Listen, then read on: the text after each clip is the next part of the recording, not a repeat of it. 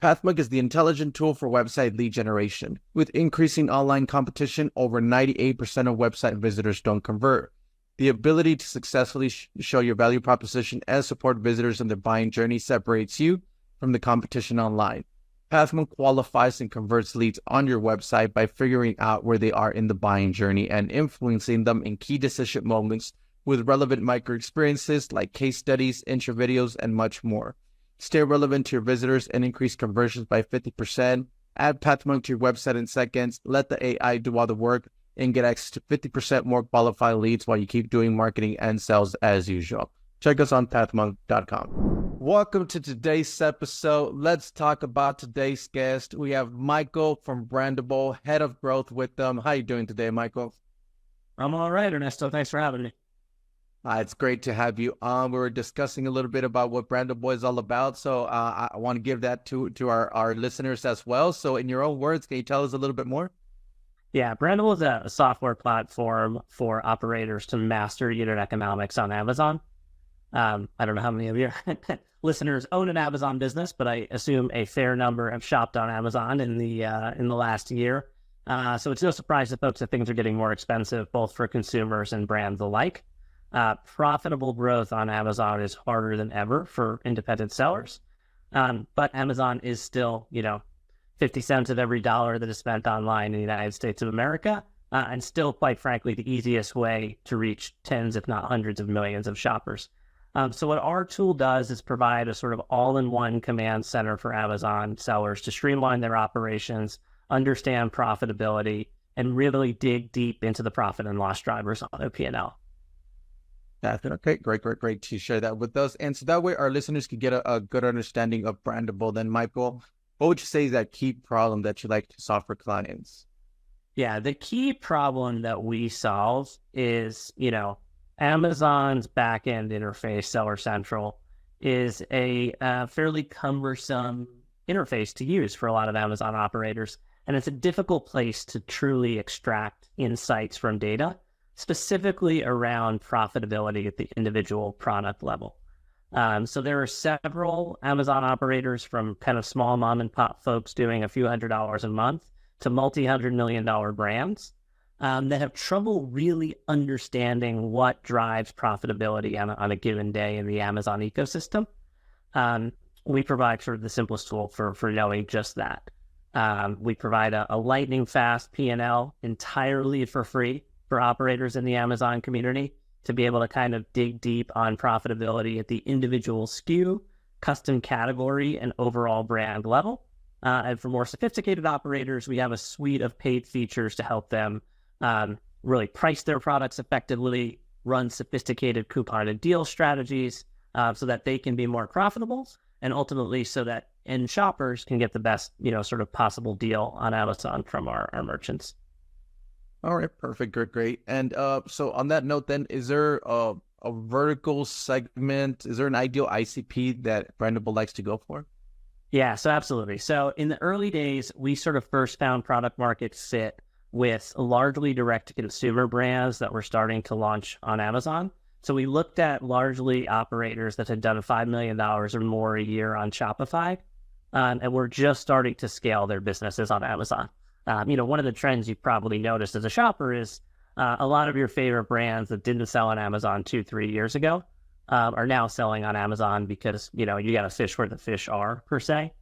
So early on, we looked for those sort of buzzy direct-to-consumer brands that were kind of coming over to Amazon, and a lot of the agency ecosystem that supported them. As we've sort of continued to grow and evolve our strategy, that's still probably our core ICP, but we've also started to look down market to try to serve Amazon sellers earlier in the journey. Again, for most kind of entities that do less than $5 million a year on Amazon, our product is entirely free. Most of those folks are simply using our free tools to have an easier way to pivot their data and understand their P&L. But once folks get a little bit more advanced, a little bit more sophisticated, we start to try to upsell into some of our paid features. Definitely, that's important. All right, great to hear that. And so that way our listeners who are tuned in can go ahead and visit you. You can always check them out at getbrandable.com. What role does the website then play for client acquisition, Michael? Yeah, so this is what's kind of fundamentally changed. When we first launched, we were running what I would basically call kind of an old school 2015 outbound enterprise sales playbook.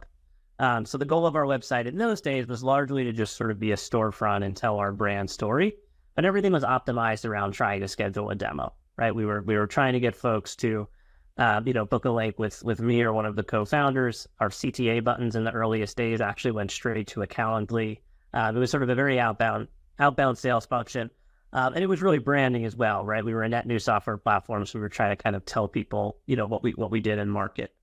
That was largely paired with, again, what I would call a very, old school by modern standards kind of sales approach, right? We were doing large volumes of outbound email. We were doing Dripify campaigns on LinkedIn. We were going to market as any sort of enterprise software platform should. And that made sense for our original ICP and for us to kind of find original product market fit. What has changed in the last sort of month is we've opened up this free tier of our software. And rather than, trying to convert, a sort of small handful of paying customers, we now want to reach hundreds and thousands of operators and sort of give away the free tier of our tool. So what that means is we have to kind of take a product-led growth function, right? And everything about the website is meant to be optimized around getting folks to just start a free trial. No need to talk to us, right? Start your free trial in 2 minutes or less. In 2 hours or less, you can connect your Seller Central account and data will flow through the system. You can enjoy everything that we provide for free. And then if you're interested in looking at some of our sophisticated pricing and promotion optimization tools, you can talk to us. So that's been the major change, right? Going from kind of enterprise sales to product-led growth. The only other thing that I would say is that, as we've started to become more of a PLG freemium pro platform, we've had to, actually get truly good at content marketing. So in the early days, we had a couple of basic blog posts and case studies. Now we've invested in actually writing best-in-class content that is valuable, can rank in search, and we're also sort of playing around with some optimization at the margin using AI. So I am pretty adamant that anyone that is doing pure AI-generated content, most of that is bullshit, right? Most of that's reductionist, mediocre stuff. But one smart use of AI, I think, is for sort of keyword optimization on the long tail. So if you take a blog post that is human written and really kind of eloquently well written, but then use AI to spin up 10 or 15 different variations that try to kind of rank for different keywords, I think that's a useful way to augment valuable content that a human has written and have AI do the stupid stuff of trying to win Google's long tail game. That's something we've put into place over the last kind of couple of months, which has upped our organic traffic significantly and allowed us to kind of try to scale this freemium strategy without being too reliant on paid advertising. All right, great. Awesome. Great. Thank you so much for sharing that. And let's switch gears a little bit, Michael, and let's talk about you as a leader. You being the head of growth there for Brandable, what are some key tasks then that you like to focus on your day-to-day work? Yeah, I mean, so it's important now to have the growth, but we're a lean team, right? We're a 3-person team and kind of building this. And I think that's one of the interesting things in software is you can build pretty large, significant companies now with way less people than you could. Forget about even 5 years ago, but even 2 years ago, with between advancements in AI and advancements in, what offshore teams can do. There are, 2 or 3-person software teams like ours that are able to build some pretty powerful products, which I think is a really interesting trend in the market. So for me, the day-to-day, right, in the early days when we were, doing more of an enterprise outbound motion, it was mostly sales, right? I was doing 5-6 demo calls a day and all the things that kind of come with that. As we've transitioned, and we still do some outbound calls for larger customers and agencies that want to use the platform. But as we've transitioned to, a little bit more of a freemium strategy, it's things like copywriting, right? Making sure our CTAs are really interesting. I have personally written 3 or 4 of the blog posts on our website. I have a writing background, so it makes sense. But that is the kind of stuff that I am largely focused on, right? I'm not a product guy. I'm not an engineer. So I'm mostly, helping our enterprise customers think about smart ways to use our paid platform. And as I think about trying to drive, free signups, it's largely, coming up with the right sort of copywriting and tests around offers and things to encourage folks to give the software a whirl. The other thing, a little bit, maybe tangential to this conversation, is we do a little bit of marketing. but we look to sponsor very targeted industry newsletters and things like that.